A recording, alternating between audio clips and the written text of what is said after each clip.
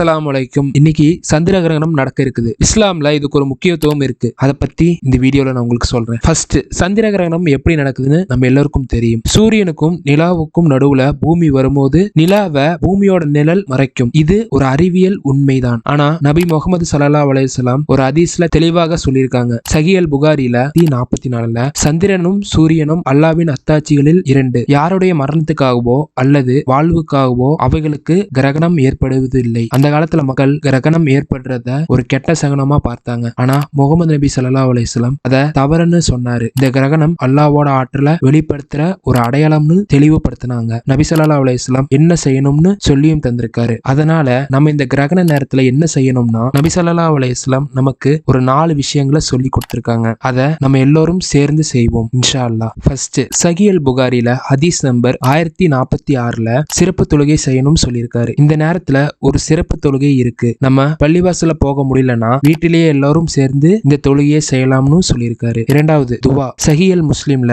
905ல அல்லாஹ் கிட்ட துவா கேட்போம். நம்ம பாவங்களுக்கு மன்னிப்பு கேட்போம், நல்ல வாழ்க்கையை கேட்போம்னு துவா கேட்க சொல்லியிருக்காரு. மூணாவது, தர்மம். சஹீஹ் புகாரில ஹதீஸ் நம்பர் 1044ல இந்த மாதிரி நேரத்துல தர்மம் செய்யறது சொல்லியிருக்காரு. அதனால நம்மளால முடிஞ்ச உதவியை மற்றவங்களுக்கு செய்வோம். நாலாவது, சஹீஹ் புகாரில 44ல அல்லாஹ்வை நிறைய நினைவு கூறுவோம், திக்ர் எடுக்க சொல்லியிருக்காரு. அல்லாஹ்வை நிறைய நினைவு கூறுவோம். சுப்ஹானல்லாஹ், அல்ஹம்துலில்லாஹ், அல்லாஹ் அக்பர்னு சொல்லிக்கிட்டே இருப்போம். இந்த கிரகணத்தை வெறும் இருளா நினைக்காம அல்லாஹ்வோட சக்தியா நினைச்சு இந்த மாதிரி நல்ல அமல்களை சேர்ந்து நம்ம செய்யலாம் இன்ஷா அல்லாஹ். இந்த விஷயங்களை நான் உங்ககிட்ட ஷேர் பண்ணணும்னு நினைச்சேன். உங்களால முடிஞ்சா இந்த வீடியோவை நிறைய பேருக்கு ஷேர் பண்ணுங்க. ஜஸாக்கல்லாஹ் ஹைர். இன்ஷா அல்லாஹ் உங்களை அடுத்த வீடியோவில் சந்திக்கிறேன். அஸ்ஸலாமு அலைக்கும்.